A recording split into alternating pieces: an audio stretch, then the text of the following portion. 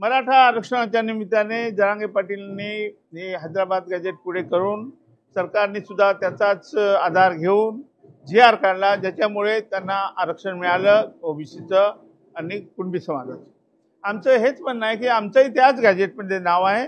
In addition to that त्यांचं तर केवळ नाव होतं, म्हणजे कुणबी मराठा एक आहे, आमचं जर लमानी बंजारा एक आहे आणि शिवाय ते ट्राईब्स आहे, ओरिजिनल ट्राईब्स आहे असं स्पष्ट लिहिलेलं आहे. त्यामुळे ही जी जागृती आली आहे, बंजारा समाज तुम्ही कल्पना करणार नाही एवढे मोठमोठे मोर्चे झाले आहेत. तर आजचा हा सेमीफायनल होता. आज आता 17 तारखेला आमचं जे फायनल आहे ते शिवाजी पार्कवर आहे. शिवाजी पार्क आम्ही 17 तारखेला उथुंबून भरून टाकू आणि तो आमचा शेवटचा एल्गार असेल. परंतु आता मला असं वाटते की सरकारची झोप कमीत कमी उडाली असेल. आता सरकारची झोप उडाली आहे. आता मान्य नरेंद्र मोदीची झोप आम्ही 17 तारखेला उडवल्याशिवाय राहणार नाही. आणि जे आरक्षण आम्ही मागतोय ते संविधानिक आहे, आमच्या हक्काचं आहे. आणि ब्रिटिश काळापासून आमचं नाव चुकून काही टायपिंग मिस्टेक झाले, काही नाही, दुसरं काही नाही. बाबासाहेब आंबेडकरांनी जे संविधान बनवलं, शेड्यूल ट्राईबची जी लिस्ट बनवली, त्या लिस्टमध्ये 15 नंबरवर शेड्यूल ट्राईब मध्ये आमचं नाव आहे. नायक, मोठा नायका, चोळीवाला नायका, सिंगवाला नायका. हा कार्यक्रम आम्ही आता लगेच तुमच्या मोबाईल मध्ये थोड्या वेळाने बघायचं की शेड्यूल ट्राईबची लिस्ट महाराष्ट्राची बघितली तर तुम्हाला दिसेल. तर आम्हाला नायकच म्हणतात. कुठेही गेलो तर आमचे वसंतराव नाईक राठोड होते, त्यांना नाईक म्हणतात. आमच्या इथे हे राजू नाईक माझ्या बाजूला बसले आहे. आमच्या उत्तर प्रदेशमध्ये बंजारा समाजाचा तांडा असं कधी म्हणत नाही, नायक का तांडा. आणि बंजारा समाज म्हणतच नाही, हे नायक समाज आहे. एकदा तर अटल बिहारी वाजपेयींनी आमच्या उत्तर प्रदेशच्या नायकाला टाकलं आणि संविधान दुरुस्ती केली. मग म्हणाले राठौड़ साहब आपका तो हो गया है. म्हटलं क्या हो गया साहब, आपका हमने कर दिया है.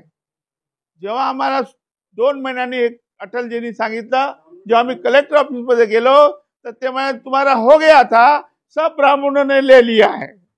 सगळ्या ब्राह्मणांनी नायक समाज म्हणून सगळे घ्यायला लागले. त्यांना डाऊट आला की काय चाललंय, बंजारा समाजाऐवजी हे कसे काय उतरले. तर असा प्रकार घडलेला काही मोठी गोष्ट नाहीये. इच्छाशक्ती असेल तर, सरकारची इच्छाशक्ती असेल तर देतील, नाही दिला तर त्यांना मातीत घालण्याची ताकद बंजारा समाजाची आहे. महाराष्ट्र नाही, मध्य प्रदेश, गुजरात, राजस्थान, सगळीकडे या देशाचं तख्त हिलवण्याची ताकद या बंजारा समाजाची आहे. आपण बघितले सगळे मोर्चे. मराठा समाज आमच्या सोबत फिका पडलाय. मला विचारतात लोक मराठा समाजाची किती लोकसंख्या आहे. मी म्हणतो हार्डली 3 ते 4 कोटी. आणि तुमची किती आहे? आमची 13 कोटी. इथेच तुम्हाला कळेल. आमच्या एका जिल्ह्यात, एका तालुक्यात तुम्ही मोर्चे जर बघितले तर धडकी भरेल असे मोर्चे आहेत.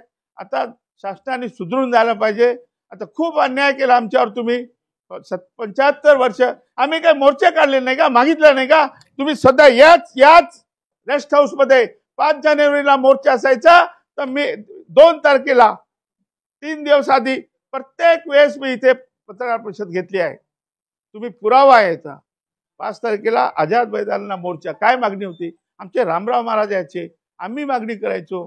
पहिली मागणी 15-20 मागण्या, क्रिमिलेअर हटवा, रिझर्वेशन प्रमोशन द्या, हे छप्पर बंदला काढा. दुसरं ते कुठले भिकारी आले राजपूत भामटा, त्यांना काढा. ते काही केलं नाही. विधानसभेत मी मांडलं, आमचे सहकारी आमचे राजेश भैया राठोड यांनी मांडलं. माझ्यावर तर अंगावर आले होते हे सगळं काढताना. आणि त्याच्यात गाडी अंगावर टाकली होती. तर त्यांची गाडी फोडली. असू द्या, फोडा तुम्ही, आमच्या गाड्या फोडा, पण तुमचं हे उद्ध्वस्त केल्याशिवाय आम्ही राहणार नाही. या काँग्रेसवाले आणि राष्ट्रवादीवाले, तुमचे बीजेपी वालेचे पापाची लक्तरे दिल्लीच्या वेशीवर टांगल्याशिवाय आम्ही राहणार नाही. कुठलाही पक्ष असो, कोणालाही सोडणार नाही आम्ही. आरक्षण दिलं नाही तर या विधानसभेमध्ये, या येत्या स्थानिक स्वराज्य संस्थेमध्ये, ठाणे महानगरपालिका, मुंबई महानगरपालिका, महाराष्ट्रातील तमाम महानगरपालिका, त्या एकतर आम्ही धक्का देऊ, एकतर आम्ही बहिष्कार घालू, नाहीतर आमचे माणसं उभे करू आणि निवडून आणू जिल्हा परिषद पंचायत समितीमध्ये. आणि म्हणून हा एल्गार आहे, हे सेमीफायनल आहे, काहीच नाही आहे.